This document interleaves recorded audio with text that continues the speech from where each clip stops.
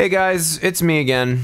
I am not feeling greatest. There is no whiskey today. My hair is wet. I just took a shower and did not have time to wait for it to dry because I have a guitar lesson that I need to give shortly. And I'm hungover as piss. Somebody I met last night tried to explain to me why Cardi B is a good artist, and I had to drink as much whiskey as possible to quiet the voices. This video is going to be definitive proof that I'm a bigger Dream Theater fanboy than you. Will this be an interesting video? Probably not. I've run out of ideas. But it's something I find interesting, and you'll find out why here soon. When I first moved to Nashville, I was in a pretty depressed place. My fiance had just split with me. I didn't know anyone down here. My whole world, which I had assumed was going one way, went a completely different direction.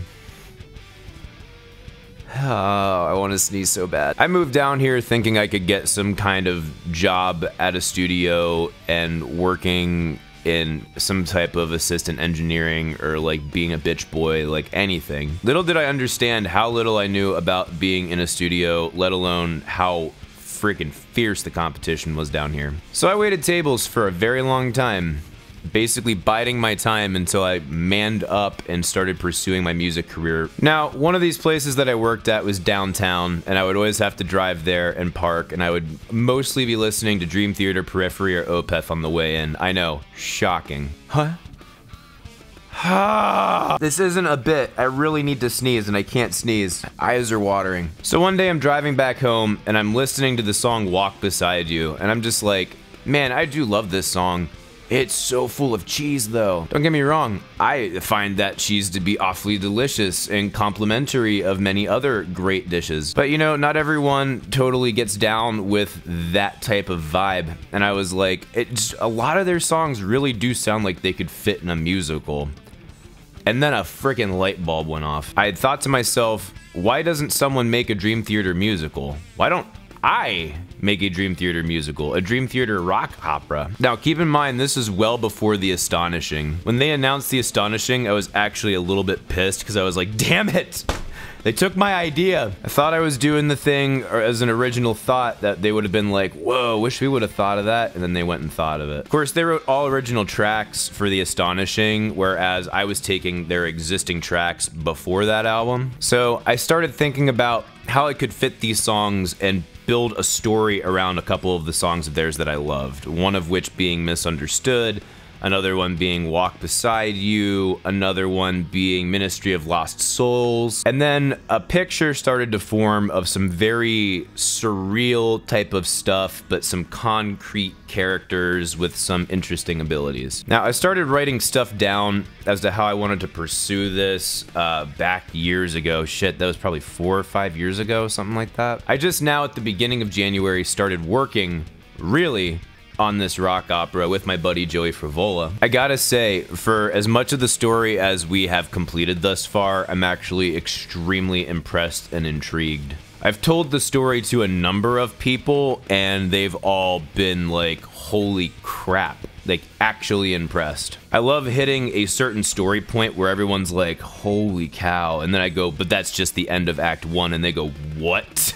I have like big plans for this, man. I want this story to truly be an epic. I want it to actually convey a message that people can understand and identify with. I want it to convey a true message that can't be argued. I mean, you can technically argue anything, but I mean, I want the truth to be on the side of the message I'm conveying. So I guess the real question is, why? Why did I decide to do this? No, it was not just to prove that I'm a bigger fanboy than you, although I am. I actually saw it as an opportunity to get Dream Theater's music to a larger audience who otherwise wouldn't want to consume it or couldn't digest it properly. In its own context, it's not always the easiest stuff to latch on to. If you put it in the context of a story, a visually compelling story, like, oh, absolutely. I mean, that music would be so fitting for this awesome steampunk fantasy rock opera with surreal imagery, but also some very grounded, gritty imagery as well. Like, I was kind of intrigued by it when I started, and I was like, there's so much potential here. And the more that we've fleshed it out, I'm like, holy crap. there's more potential here than I had once given myself credit for. I mean, this is big, the way that we're writing this. Originally, the idea was to put it as a Broadway production, and it's looking like we're not going to be able to fit the whole thing into one show. It probably will have to be 2 or 3 shows, which is where my mind starts going, maybe we want to do a mini-series, 1-hour episodes, 3-act structure of 3-act structure. So why am I telling you all this? Again, I ran out of ideas and I just kind of wanted to talk about it. Which, by the way, I am not going to be spoiling anything to you guys as far as the story goes, because if I give you any clues, you'll figure some things out, and I don't want you to figure anything out. Which, by the way, if anyone from the Dream Theater clan is watching and you want to know more, please reach out to me. Eventually, I plan on pitching it to you guys. I'm not sure who in the management structure I should talk to about that, and like, I don't know how much participation you would want to have in it. My goal is to make this good enough to go to a production company and they say, take all our money, please. My goal is to make a product good enough that even people who actively hate Dream Theater will fall in love with their music. That is what I am aspiring towards. And considering that Joey and I are not only critics of music, but we're critics of film, and we have a certain understanding of cinematics and storytelling, and not only that, but we are very nitpicky as far as being able to pick out holes in plots and everything. Trust me, there's lots of opportunity for holes in this one. I think we're gonna make a very solid product. So I would love to pitch it to you guys at some point when it's finished, or if you want to talk about it in advance, more than happy to. I am so passionate about this. At bare minimum, I would just like to get the band's blessing and work out whatever royalties need to be worked out for the songs. Like, trust me, I don't want to get rich from this. I just want to see a passion project through, and hopefully whatever money is spent by whoever's spending it gets paid back. Ideally, it would be nice to get paid, but if at the end of the day that doesn't happen, like, no skin off my nose, man. I just love this band, and I think this would be a really cool project to get out to the world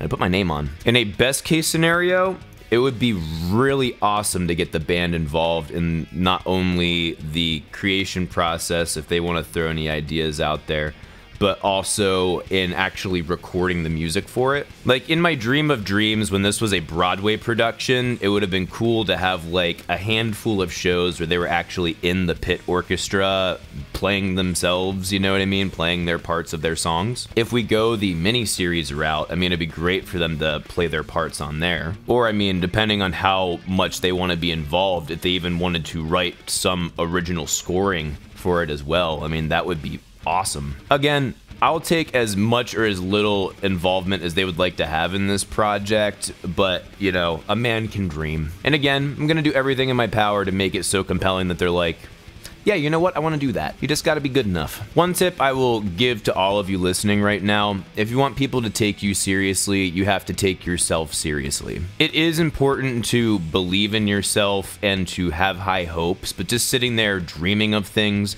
doesn't do shit. That is the catalyst for what will become your hard work and your drive, and hopefully your analytical mind that needs a certain amount of self-awareness to figure out where your flaws are. Not only that, but finding good collaborative partners like my friend Joey Frivola, because contrary to popular belief, the greatest of art was 99% of the time a collaborative effort of some sort. Okay, I can't necessarily speak to all of the still visual arts, especially when it comes to moving picture and when it comes to sound.